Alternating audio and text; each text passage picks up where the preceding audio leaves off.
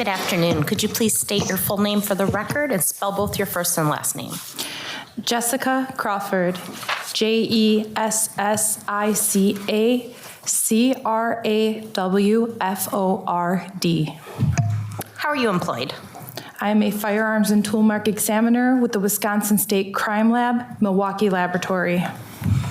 And what do you do as a firearms and tool mark examiner? We examine firearms and firearm-related evidence to determine if the fired evidence was fired either in the same firearm or a particular firearm. And how long have you been employed with this crime lab? As a firearms examiner, Yes. approximately 5 years. And did you hold any positions before you were a firearms examiner? Yes, I did. And what were those positions? I was a forensic program technician. And, okay. What is your educational background and specialized training that allows you to be a firearms examiner? I have a Bachelor's of Science from Fort Hays State University. I have also trained in the Milwaukee Crime Lab Firearms and Tool Mark Examiner Training Program. This is a modular apprenticeship training program.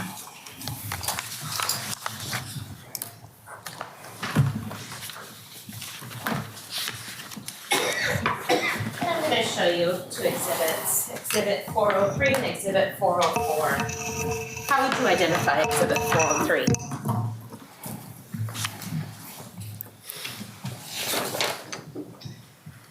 This is my statement of qualifications. And that's what the crime lab uses instead of a curriculum vitae, is that right? That is correct. Okay, I would move Exhibit 403 into evidence. No objection. It is received. And in this case, did you write a report? Yes, I did. Okay, and I'm going to show you what has been marked as Exhibit 404. Is that in fact a true and accurate copy of the report that you wrote in this case?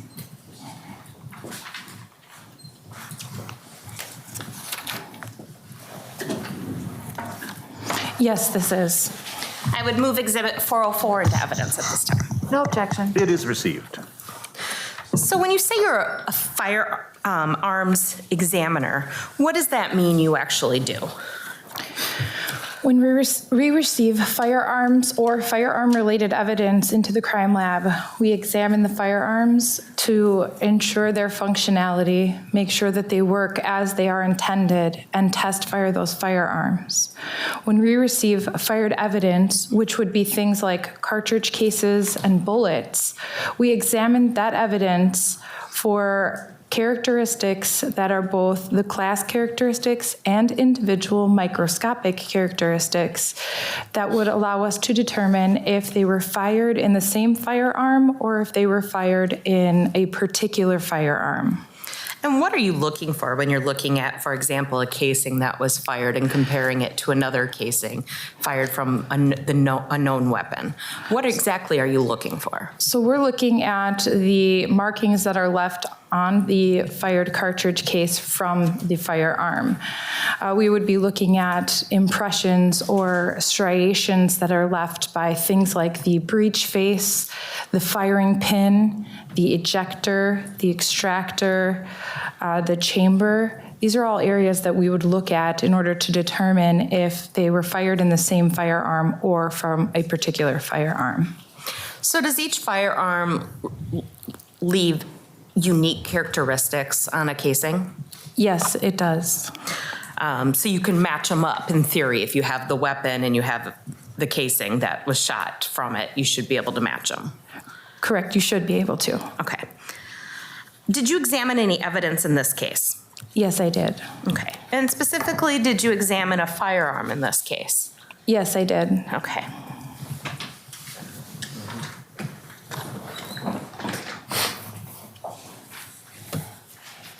As the detective blows up and gets the firearm, I'm first going to show you the box that the firearm was in. This is 291.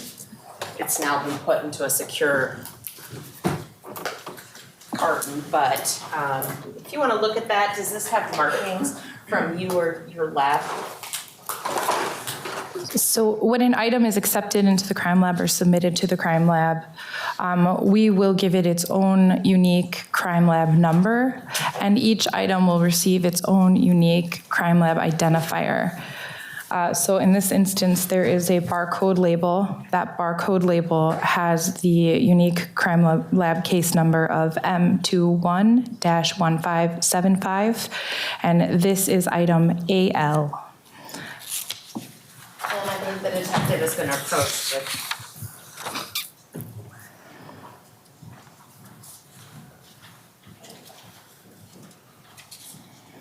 And Ms. Crawford, is this the weapon that you fired in connection and marked AL?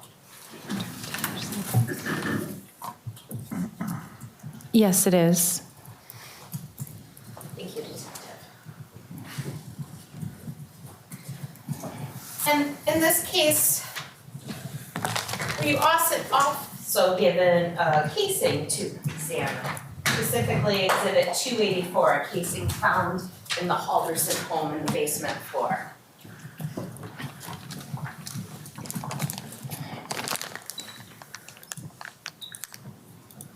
Yes, I was. And so when you had the firearm and you were given this casing, what did you do to examine both items?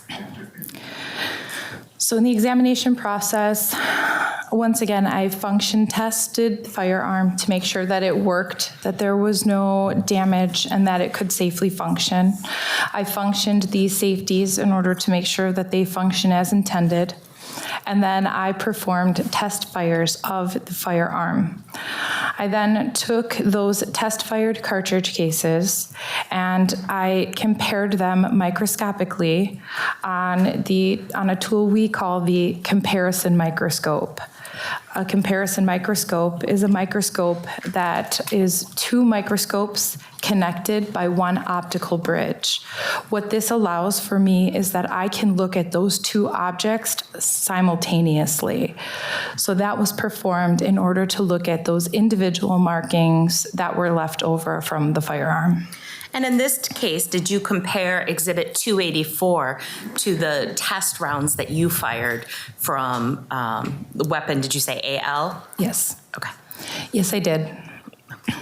And what did you conclude in your examination? I was able to determine that this test-fired cartridge, or this cartridge case, was fired in item AL. And how did you come to that conclusion? I came to that conclusion based on the different microscopic markings that I was able to identify in the breech face, the firing pin, and the ejector. And was this case peer-reviewed and verified? Yes, it was. And what does that mean for your conclusion to be peer-reviewed and verified?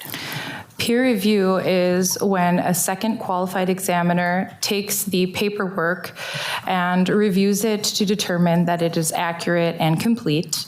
And a verification is when a second qualified examiner takes the evidence, performs an examination, and confirms that my conclusions and the evidence are matching.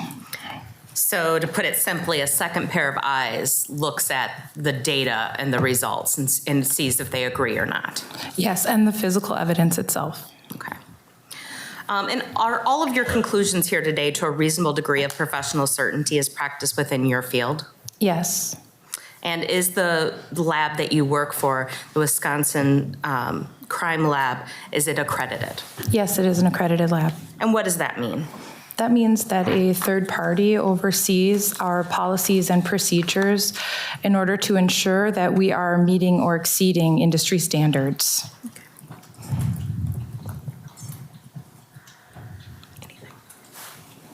Okay, nothing further. Cross-examination. None, thank you. May this witness be excused. Yes, and released. Thank you so much. Good afternoon. Could you please state and spell your name?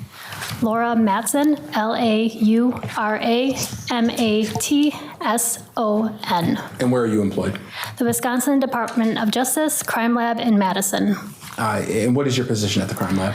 I am an advanced latent print and footwear examiner. How long have you been there? I've been there since 2003. All right. Talk to me about what you do as a latent print examiner. As a latent prints examiner, I examine items of evidence and process items of evidence for latent prints to determine if there are any suitable prints on an item of evidence. If there are suitable prints on those items, I will then compare them to any known standards. I can also utilize our state and APHIS, state and FBI's automated fingerprint identification systems. I tech review and verify other examiners' work, as well as testify in court when needed. As an advanced analyst, I do more of the review process and writing of policies and procedures, as well as train new employees at the lab. What is your educational background? I have a Bachelor of Science from the University of Wisconsin-Oshkosh in criminal justice, and then I attended the Waukesha County Technical College Police Academy, where I received my law enforcement certificate. When it comes to latent prints, what specialized training do you have? I had very little training as a law enforcement officer in latent prints. Most of the training was on site at the crime lab, which included trainings by both senior and advanced analysts, covering examinations, how to process items, how to do comparisons, and how to come to determinations of my evaluation. It also included learning how to use our databases.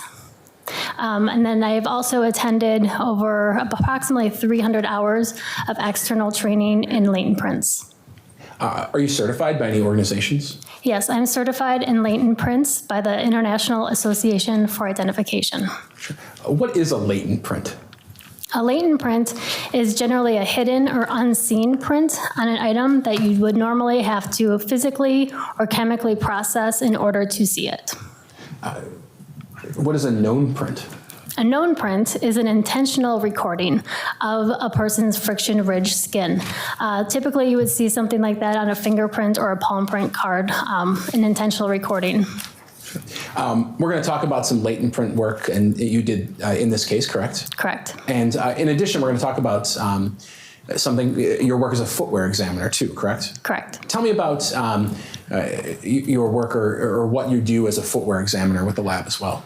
As a footwear examiner, similar to the latent prints, I, again, will examine and process items of evidence for question impressions. I will analyze images of question impressions to determine if they are suitable for comparison. And if they are suitable for comparison, I can compare them to any submitted known footwear standards. I can also utilize our footwear database and our internal reference collections. And again, I will tech review, verify other examiners' reports, and testify in court. Similar question to your fingerprints work. What specialized training do you have to do this footwear impression work? My footwear training involved both internal and external training as well. Internally, again, by senior and advanced analysts, and externally by certified examiners. Again, it covered processing, examinations, comparison, and evaluation decisions. And in footwear, I have approximately 100 hours of external training in footwear examinations. When it comes to both latent print analysis and footwear analysis, have you testified in court before? Yes, I have. Approximately how many times? Approximately 5 in footwear and about 38 or 39 in latent prints. Sure. I'm going to show you a couple of exhibits. We'll start with exhibit number 426. What are we looking at there? Exhibit number 426 is my statement of qualifications. Sure. And this somewhat details what you just talked about in some of your training and experience in this area? That's correct. Right. When you do latent print work or when you do footprint work, do you reduce your findings to a report? Yes, I do. And in this case, the case of Chandler Halderson or regarding the deceased individuals, Bart and Krista Haldersons, you wrote numerous reports in this case. Yes, I did. Okay. I'm going to show you what's been marked. There's exhibit number 429, 430, 431, 432, 433, and 434. What I'm going to have you do is just page through those, and my question at the end is going to be, are these your reports in this case? Okay. And just let us know when you're done.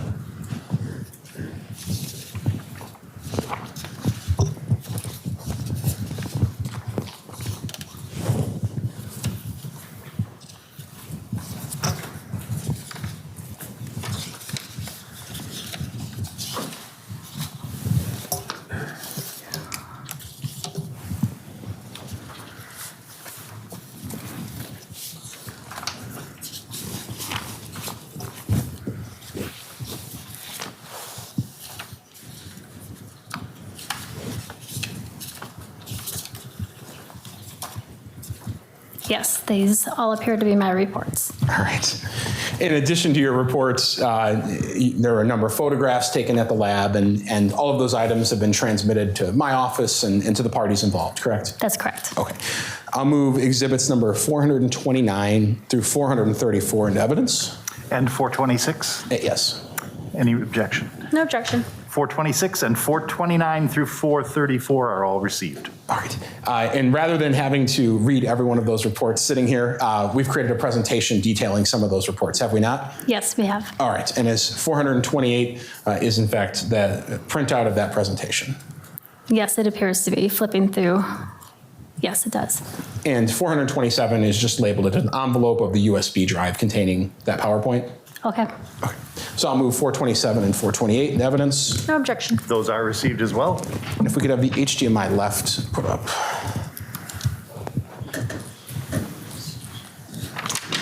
What shows on the large screen should appear on the Oh, computer there it monitor is. for your Okay. convenience. Thank you.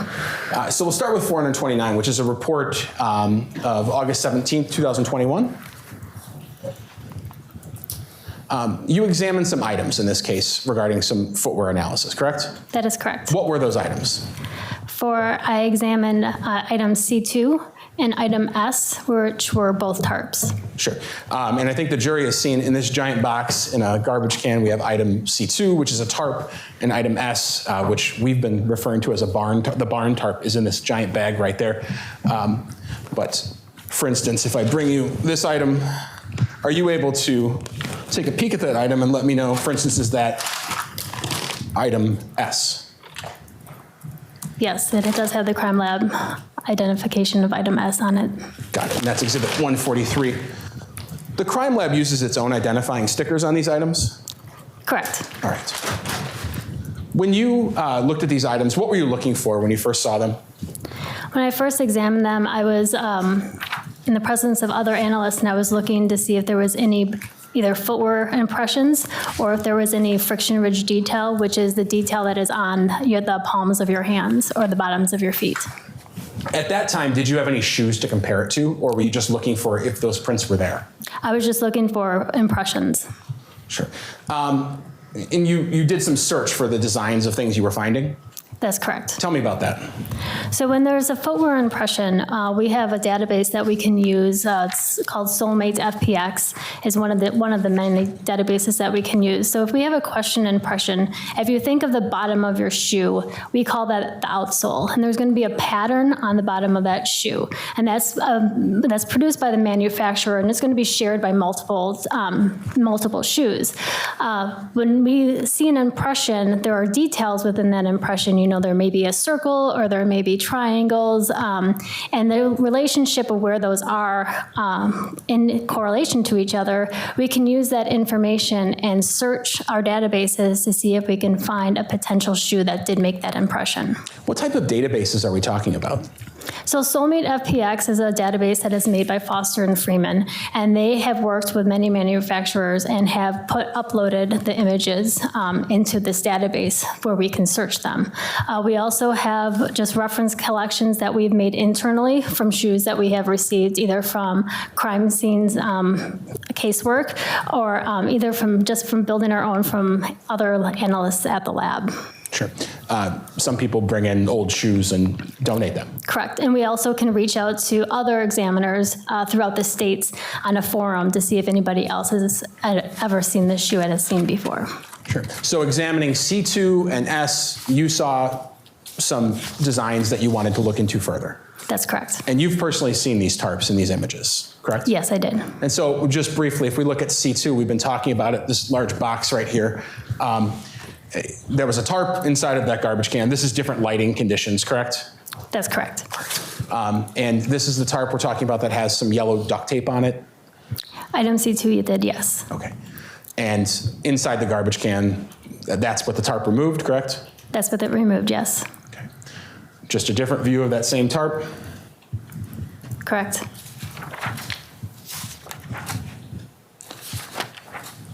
Tell me how you find these prints? Do you literally just get on your hands and knees and look? Is there a special tool you use? How does one go about this? This is a fairly large item, so it was a little more difficult to, get to the center of it. So in this situation, we did open it up, and I was able to, the best way to sometimes see this is actually in darker, like when the room's dark versus when it's very bright.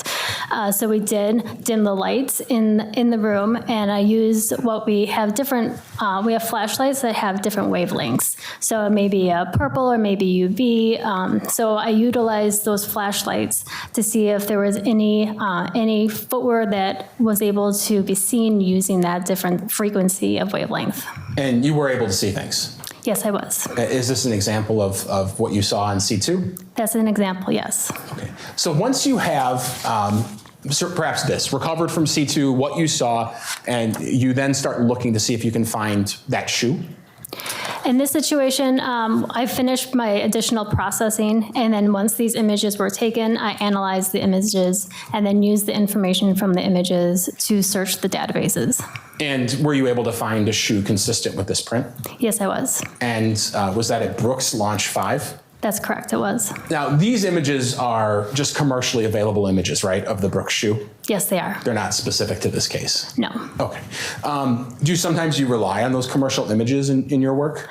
Mostly we do. In general, when we are able to find a possible outsole that made that impression, we can use just an image search online to try to give the police an investigative lead on what the uppers of the shoe may actually look like.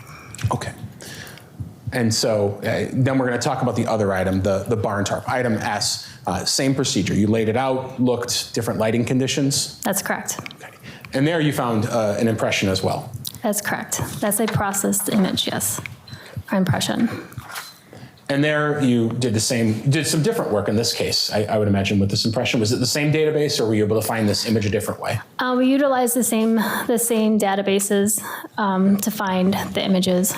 This was, I believe, as a reference from the Soulmate database. Understood. So at this stage, I imagine the police haven't brought you every shoe they collected in the investigation. They were waiting to see if you found something, and then you asked them, or how does that work? I had not received any shoes at this time. I issued the reports with these findings of the images that you just saw as an investigative lead, and then from there, shoes were submitted to the lab. Okay. So then we have another report, October 28th, Exhibit 433. There, the police bring you some shoes that they found in the case. Correct. Okay. Showing you what's been marked in this case is exhibit number 359. It's been testified to be a pair of Brooks shoes, size 10.5, and we've heard about some DNA on it, but is that the item you labeled, or your lab's labeled AD, and then AD1 and AD2 for the two shoes? Yes, it is. When I say AD, Adam, David? Correct. Okay.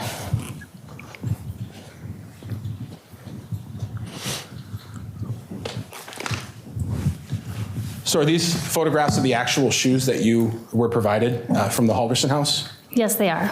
Okay. These would be the bottoms of the shoe, the outsole design. What do you do once you get a pair of shoes like this that appear to be possibly something that was on that tarp, and you want to look at it and see if it matches? What's your process?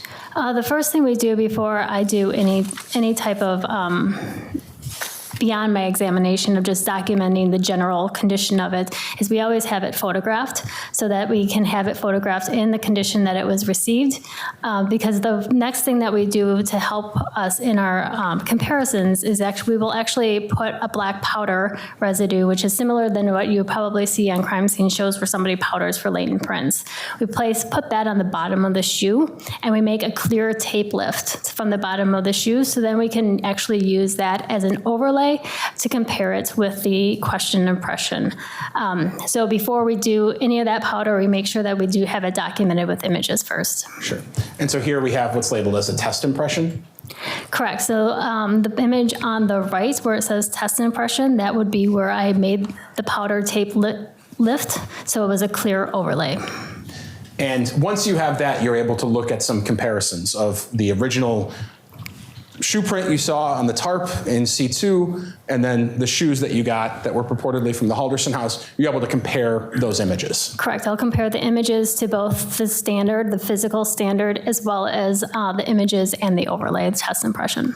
And is that what we're looking at there? Correct. The image on the left is a close-up picture of the question and impression, which CIMP1 is what we designated that impression to be. So C stands for the item, so it was TARP item C, and then IMP is for impression 1. So this was the first impression that I compared on this item. And then the image on the right is the test impression from the known left shoe. What are you looking for when comparing these? What types of, I imagine you're looking for abnormalities or something that is just different in both images that you could compare? So we're looking at both similarities and differences when we're doing the comparison. The first thing that I'm going to compare is when we're looking at this, we're going to look at the outsole design, and that's going to be your general overall pattern that's on the bottom of the shoe. So we'll be looking at, and you can see pretty clearly that the pattern at the bottom of the shoe is similar. If there was they were different, at this point I could say that there is an exclusion. However, in this situation, I would go deeper and continue a back and forth comparison, also looking at the wear. In a previous image, you could see that a new shoe of a Launch 5 has, I can't really point, but you can see where there's those square blocks. And they looked like one solid large block. However, a new shoe, when you get a new Launch 5, they have 3 little dashes, kind of like when you go further down in the impression, there's 3 in a row, and some of them look like M's. So a new shoe would have that throughout the entire pattern. This shows that this area of the impression and this area of the shoe was actually worn in those areas. So those 3 hashes are kind of gone, and now they're one solid block. So that wear corresponds between CIMP1 and the wear that is shown on the bottom of the known shoe. So we'll start with looking at the wear. Then we'll also look at the design elements to make sure that they are also in the same size, they're in the same location, and they're in the same shape. And in this case, were they of the same size, shape in general? Yes. And this may be an illustration of some of the defects that you were able to observe in both the item C2, the print you took off of it, and then the test impression from the shoes you were provided by the police? Correct. So in order to make any identifications in a case, we need to have what are called randomly acquired characteristics. We call them RACs. RACs are going to be what randomly happens it's to the bottom of your shoe or the outsole as a result of a random act. So normally your shoes are going to be nice and clean when you first buy them, but the minute you walk outside, there's a chance that you're going to step on a piece of glass and potentially cut one of these design elements, or you're going to have a stone get stuck or embedded in between the design elements. So we need those types of things in order to make an identification in footwear. And again, just like with the other things, you have to have everything in correspondence, including the size, the shape, and the location of these racks. Okay. Based on all these comparisons, you've made a chart, essentially. That's correct. What are we looking at there? There's a lot of letters going on. Tell us what we're looking at. So if you look at the first column on the left, IMP number, I kind of briefly explained before, and it was C2 IMP1. So again, it would be the impression would be C2, and then IMP1 is impression 1 from that item. And then it shows the comparison decisions for either item 81 or for item 82. Okay. And maybe a more visually pleasing way to do this is you had some findings at the end that described what you found. Correct. All right. So let's talk about item 81, which again, we're talking about these shoes that were provided to you by the police from the Halderson house. Were you able to determine the left shoe here? How did it relate to the prints that you identified on that tarp in the garbage can as C2 impression 1? So for C2 IMP1, I identify the left shoe to have made that impression. It did make, you identified it to have made that impression? Yes. Okay. What about IMP2? So for C2 IMP2, I again identify the left shoe to have made that impression. What about the third impression, IMP3 on the tarp in the garbage can? C2, IMP3, I concluded a high degree of association between the shoe, the known shoe, and the questioned impression. And the fourth on the tarp inside the garbage can, C2, IMP4, what was your finding regarding that? In C2, IMP4, I concluded there was an association of class characteristics. Now, in addition to, we talked a little bit about your qualifications, you did some fingerprint work in this case in addition to that the work with the shoes, correct? Correct. Okay. And you wrote a report labeled, in this case, is exhibit number 430. You examined quite a few items here. Yes, I did. Talk to me a little bit about fingerprints. Does every item that's touched by the bare human hand retain fingerprints the same way and the same quality? No, they do not. What types of things weigh into whether fingerprints are able to be recovered in a quality fashion from an item or not? There are a lot of things that can determine whether or not you leave prints behind. It's really a chance. We always consider it as a chance that you're going to leave prints behind. You know, you touch an item several times throughout the day, but you probably don't even notice your fingerprints on that item all the time either. It could be the condition of the item, it could be the temperature, it could be how much you're potentially sweating or how dry your hands are at the time that you touch an item. In general, what types of surfaces retain fingerprints well? In general, it's easier to leave prints on smoother surfaces. It's more difficult to leave prints on textured surfaces. Sure. So when we look at, for instance, in this report, the vast majority of, in the right column, is no suitable fingerprints found, essentially.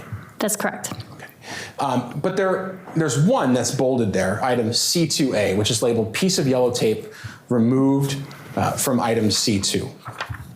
Yes. And that was, in fact, a piece of yellow duct tape removed from that tarp that was in the garbage can? That's correct. Okay. And you were able to identify a print there? Yes, I was. Is that maybe a view of that print? Yes, as an overall view of the print. Sure. When you got this print, you saw it, were you able to immediately make any identifications, or did you need further fingerprints from the police? I was not able to make any identifications initially. So you asked them for essentially better fingerprints, clearly finger-rolled or rolled fingerprints from Mr. Halderson. That's correct. Okay. And were you provided those? Yes, I was. Great. Then you wrote another report, Exhibit Yes, I did. 432. Did they provide you this item, AF? Yes, they did. And that's labeled in our case as exhibit number 362. Are those clearly rolled fingerprints? Yes, there's approximately 9 or 10 pages in there. Yes. Okay. What is different about these fingerprints than the ones that were initially provided to you? So the first set of fingerprints that I received were from just a regular 10 print card, which you normally would see somebody had their prints taken on. However, it's more difficult to get all of the areas of your print on one of those small little squares on a fingerprint card. So after my initial comparisons, I requested additional standards so that somebody would be willing or able to take tape lifts or rolled prints that include like the tips and the sides and all areas of the palms, so that I could compare all areas of his fingers and palms to make the comparison. And at that point, you, at least what you knew, you only had one item you were going to compare it to, which is the only item that you were able to find a recoverable print on, which was the duct tape, the piece of yellow duct tape that was on the tarp in item C2. That's correct. Okay, and then when they sent them to you, they also sent you an axe just to see if you'd be able to find fingerprints on it? Yes. And you were not? I was not. Okay. Did you do a comparison between the known impression from Mr. Chandler Halderson and the print that you recovered from the duct tape on the tarp? Yes, I did. And what are we looking at there? So the image on the left is, again, the latent print that was on the duct tape. And the impression number is, again, C2A. That's the item it came from. FRD stands for friction ridge detail, number 1. So this is the first print on item C2A. So that is the impression photographed with the duct tape that was on the duct tape. The image on the right is the overall print from the standard that was submitted on the last, was it item AF? Yes. So that was what the prints looked like when it came to me. And then the smaller image is the area that I ended up focusing on in order to make an identification. What are you looking for when you focus on an area like this? So everybody has friction ridge detail on the palms of your hands and on the bottoms of your feet. You have what's called friction ridge skin. And this friction ridge skin is different than the skin that you're going to find anywhere else on the rest of your body because it has raised ridges on them. And those raised ridges, when you look at them, may look like just fine lines, but under magnification, you'll actually see that these ridges have unique characteristics to them and features called minutia points. And those minutia points are where a ridge may abruptly stop and it's a ridge ending. It may be where a ridge, one single ridge splits into two, looking like a Y, which we call a bifurcation. So everybody has those types of features within their friction ridge skin, but where they are in relationship to each other is what makes them more different and unique to each individual. Individuals, all of us have unique fingerprints. Correct. So when I begin looking at these, looking at this, I'll do an analysis of the question impression or the friction ridge detail first. And I'm going to make note of those unique features in the print. And then when I have a known standard that I need to compare it to, I begin by looking, again, going back to those features that I marked, and I find a target group. So I'm going to look for a grouping of maybe 3 to 4 areas of friction, of those unique features, the minutia points. And I'm going to go into the known standards, and I'm going to look to see if I can find a same grouping that corresponds. If there's correspondence, I will continue to go back and forth until there's enough sufficient data to either identify or exclude. Sure. And you're looking for a lot of these different pieces of data as you do this, right? Correct. In fact, this is, in this case, some of those comparisons that you did? Yes, this is the information or the data within the print that I use to support the conclusion of an identification. Sure. And all those little dots, what do those represent? So those dots are going to be those minutia points that I mentioned before. So the dots, if you can see clearly, may show where a ridge ends or where it may connect with another. So where one ridge becomes two. There might be a couple dots in there as well. The circles in there where you can see with an item where I have marked A or D or F, those are going to be target groups. So when I start my comparison, I'm going to choose one of those and look for that kind of target group, and then I'm going to see if I can find those corresponding target groups in the known standard on the right, and you can see how they correspond between the two. So were you able to draw a conclusion then from the print that you recovered on the tarp that's in the garbage can, item C2A, and then the piece of duct tape, which is FRD1, to the left ring finger of Mr. Chandler Halderson? Were you able to draw any conclusions? Yes, I identified the left ring finger of Chandler Halderson to that impression from friction ridge detail. No further questions. Cross-examination? Yes, thank you. So I want to draw your attention to that first report. And that, I believe, was just you originally taking the tarps and seeing if you could find any kind of latent prints, correct? For the latent print one or the footwear one? The footwear one. Okay. And you did both tarps, correct? Yes, I did. And I think we've identified the one in the garbage bag or the garbage bin as the C2 one, and then the other one is the barn tarp is what we've been calling it, yes? Yes. So for the tarp, the C2 tarp, that was where you identified those Brooks Launch 5 shoes, correct? That's correct, yes. And the other tarp, the barn tarp, there was another pair of shoes that you identified there, correct? Yes. I wouldn't say identified, found and investigated a lead of a possible type of shoe that made that. Perfect, thank you. So that's basically saying that the tread mark matches this particular type of shoe. Or a shoe similar. Shoe Yes. similar to it. And what exactly is that shoe, if you don't mind reminding us what that shoe? Can I refer to my notes for Go it? for it.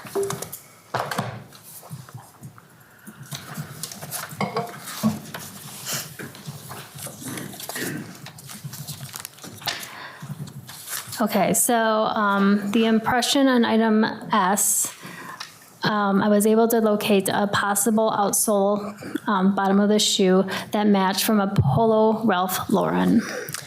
And you're not able to identify the shoe size at this point? No. Okay. So later, when you did that supplemental report with the shoes that were provided to you from law enforcement, I believe you mentioned that those were the only shoes that were provided to you. Is that correct? That's correct, yes, they were. So you were never provided any type of Ralph Lauren shoes? No, I was not. Now, as far as the prints that you found on the duct tape, where on the duct tape were those prints located? On the sticky side or the outside non-sticky side? On the non-sticky side, on the yellow portion of it. And were you able to identify any other type of prints, or was that the only print that you were able to look at and say, yes, this is a fingerprint? That was the only one. Were there smudges or anything else like that? None that I noted, no. Okay. And as far as the fingerprints and the shoe prints go, we don't know how it is that those fingerprints or shoe prints got on these objects, other than at some point someone touched them. Is that fair? That's correct. Now, when you were talking about, bringing you back to the footprints real quick, when you were talking about first laying out the tarps and trying to identify if there even were any footprints there, you mentioned something about using different types of light sources to get that. Is that correct? That's correct. At any point, did you use luminol to try to get or to try to see footprints? No, I did not. So to kind of put my head around it, if you will, if I just step on a surface, regardless of whether there's anything on my shoe, it's possible for me to leave a footprint. That's correct, yes. And again, you can't tell when exactly that shoe print was made, other than at some point I stepped there. That's correct, yes. I have no further questions. Thank you. Any redirect? Nope. May this witness be excused and released? Yes. I think you have some reports. I'll grab it. Oh, yeah. We'll get those to the clerk. Thank you. Could you please state and spell your name for us? My name is Meghan McMahon. My first name is Meghann. My last name is Mcmahon. And what do you do for a living? I'm employed by the State Crime Lab in Milwaukee as a trace evidence examiner. And while I talk, if we could have the Sure. screen on, and I'll have you pull that microphone just up as close as you can to you by the base. It slides. What is trace evidence? Trace evidence is the comparison and identification of fibers, glass, fire debris analysis, and it also includes physical fit analysis. Tell me a little bit about your educational background and your qualifications to perform this type of work. I have a Bachelor's of Science in Spanish from the University of Wisconsin-Madison, and I have a Master's of Science in Forensic Science from John Jay College of Criminal Justice. Internally at the crime lab or in your work as a trace evidence technician, what types of trainings did you undergo, or what have you done in order to learn this skill set? To perform physical fit analysis, I completed a training program at the laboratory that included readings, hands-on exercises, mock casework, and it culminated in a competency exam. Sure. And how long have you been doing this work? I have been doing physical fit analysis for approximately 3.5 years. Okay. I'm going to show you a couple things and see if you can identify them. I'm showing you what's been marked as exhibit number 419. What is that?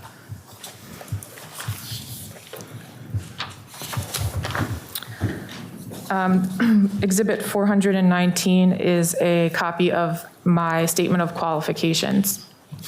And does that accurately describe your qualifications and educational background? Yes. All right. I'll move 419 into evidence. No objection. It is received. Were you involved in the case involving Mr. Chandler Halderson and the deceased individuals, Krista and Bart Halderson? Yes. And you wrote numerous reports in this case? Yes. Okay. I'm going to show you a few documents, and the question at the end will be, are these the reports you wrote in this case? So I'm showing you, it's marked as exhibit number 422, 423, 424, and 425. Are these the reports you wrote in this case? Yes, Exhibit 422 is a copy of a report from August 16th, 2021.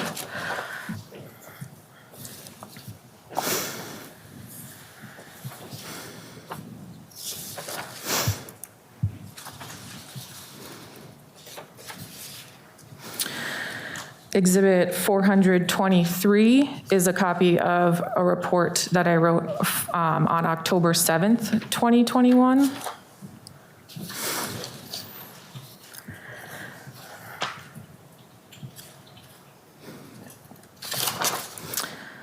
And Exhibit 424 is a copy of a report that I also wrote on October 7th, 2021. And what is exhibit number 425, if you could?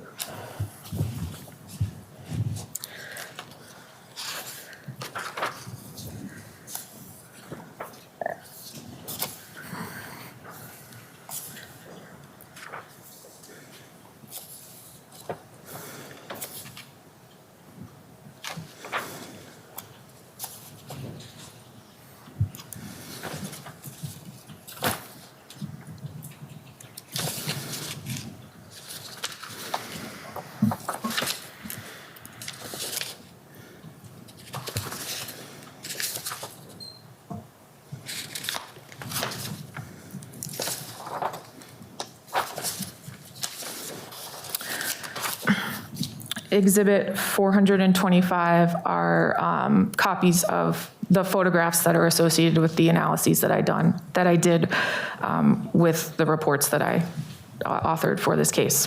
Understood. So I will take these, and Judge, at this time, I will move exhibits 422, 423, 424, 425 into evidence. No objection. They are received. And rather than reading those off, a presentation has been put together in order to display some of your photographs and your reports in this case, correct? Yes. And you've had an opportunity to look at that? Yes. And does that exhibit, is that labeled 421? Does that appear to be that presentation?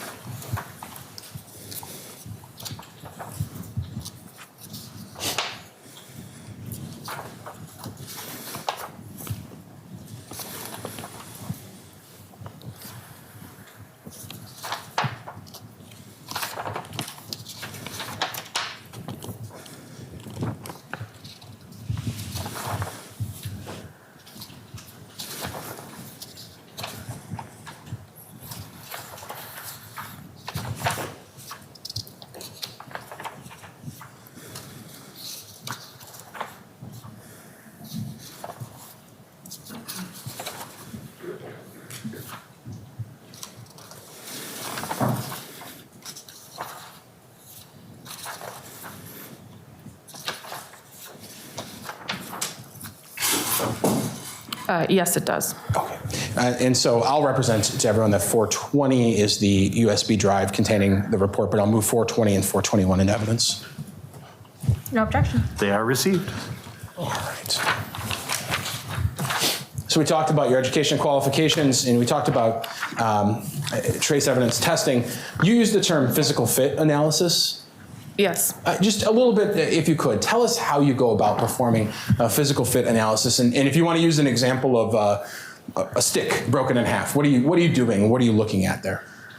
So with physical fit analysis, what I'm doing is I'm examining broken pieces of evidence to determine if the broken ends could fit together, if the pieces of evidence were once joined.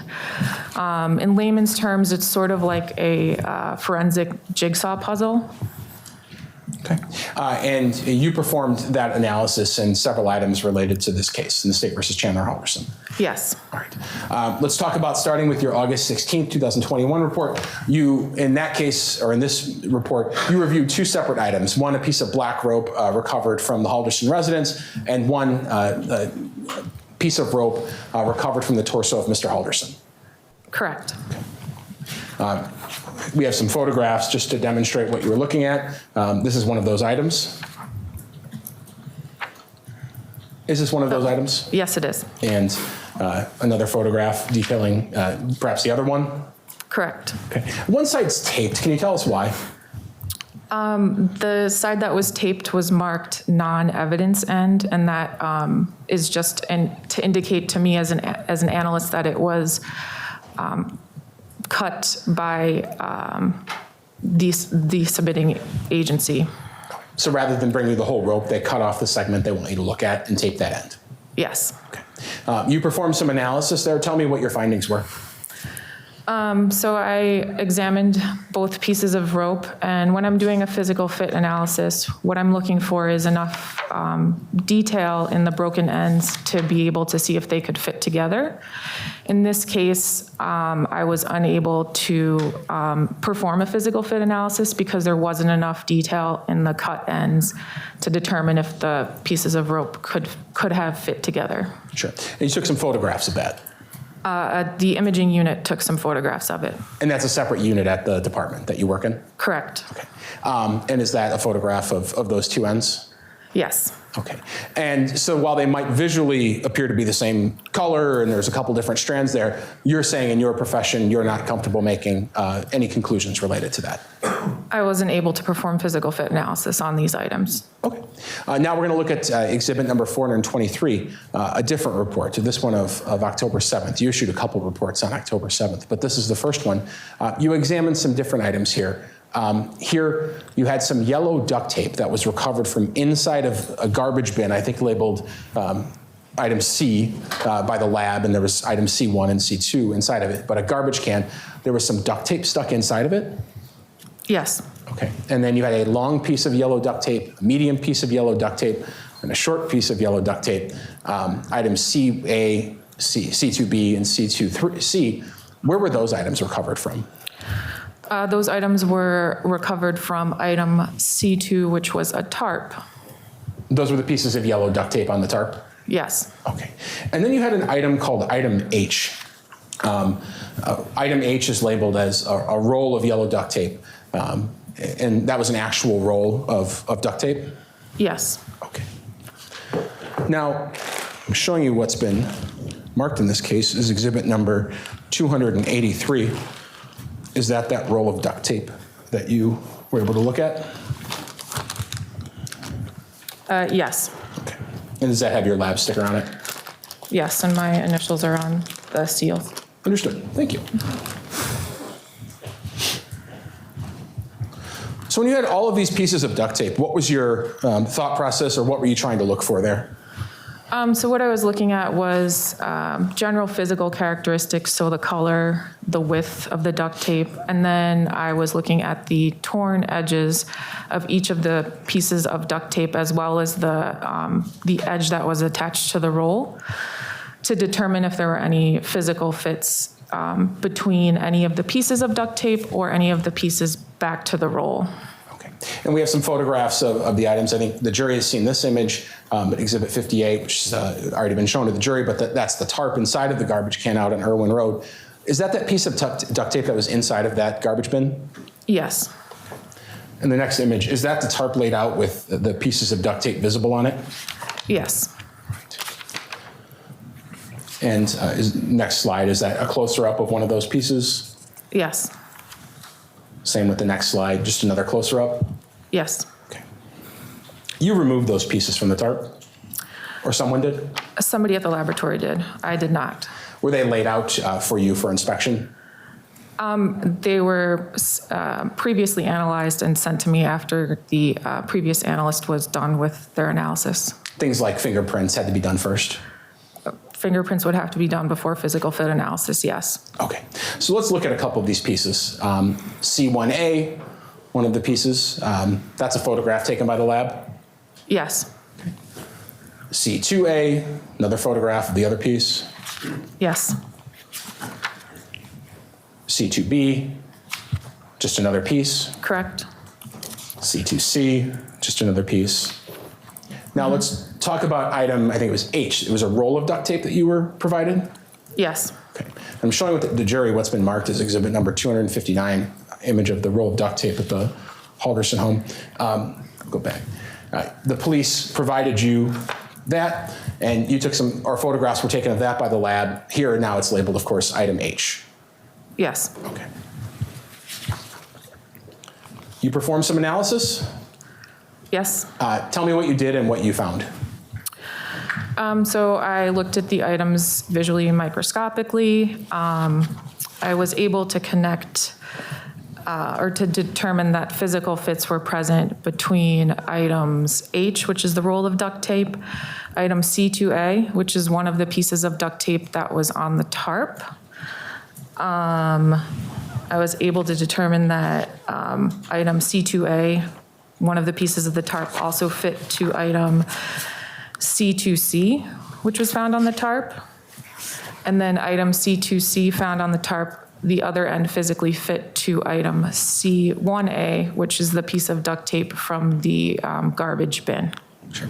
So while you just said a lot of letters and numbers, what that meant was that the roll of duct tape that we saw pictured in the exhibit found at the Halderson home connected in one continuous line with all the pieces of duct tape that were found either in the garbage can or on the tarp that was found in item C.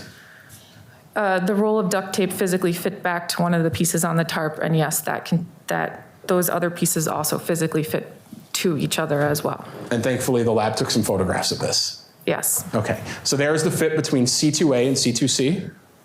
C2A and C2C and C1A. Okay. Yes. And then C2A and C2C, that one's connected as well. Yes. And you were able to determine that was, in fact, a physical fit. Yes. And then C2A and H being the roll of duct tape. Yes. And you were able to determine that was a physical fit. Yes.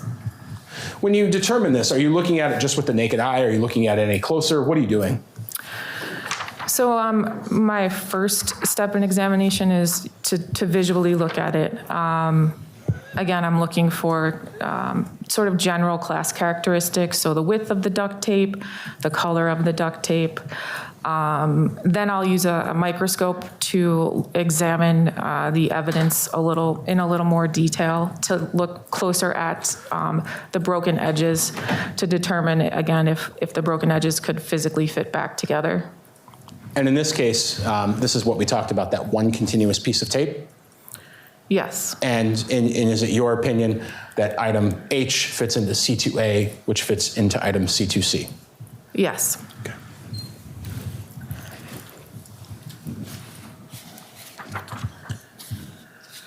We'll talk about another report, exhibit number 424. Here you examined a couple of different items, one being a broken saw blade and one a bow saw frame. Yes. Okay. Show you what's been marked in this case is exhibit number 141. Is that the broken saw blade that you examined? Yes. Okay. And that's sealed, correct? Yes. All right.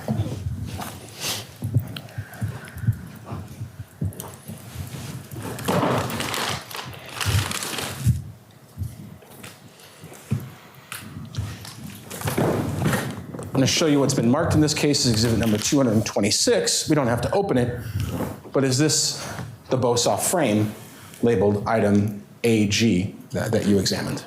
Yes. Okay.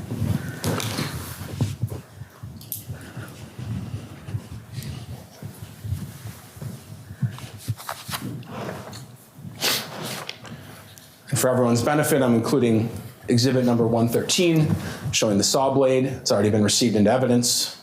Exhibit 224, showing that bow saw frame found at the Irwin Road property, or excuse me, found at Oak Springs. The lab photographed that broken saw blade, Yes, and is this that photo? yes, The blade was broken at one end, yes, and is that a close-up of the broken end? it is. Now, the bow saw frame, did it have a piece of metal that appeared to be a broken end of a saw blade? It did. Right. And is that what we're looking at in this slide?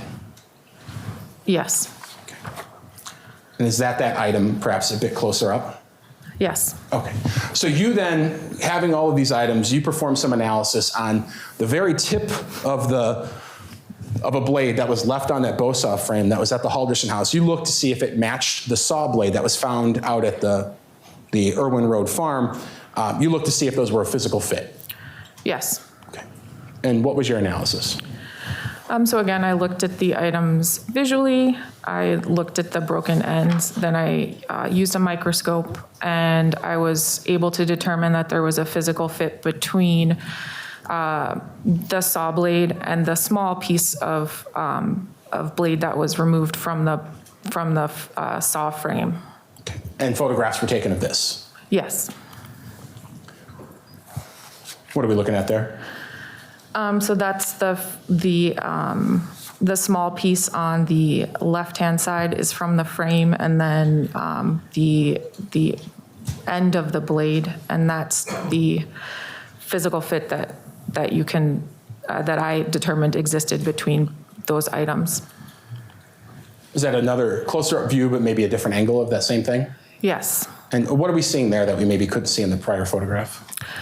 So with this item, it appeared that when it broke, it bent before it broke. So this is just a sort of like a 3D physical fit. There, we're looking at just a different angle of the same fit. Yes. And there as well. Yes. Based on looking at that item, you're comfortable saying, though, that those two items are in fact a physical fit? Yes. Okay. No further questions? Cross-examination? No, thank you. May this witness be excused and released? Yes. Thank you very much. Thanks. If you have any exhibits, nope, go right ahead then. Have a good rest of your day.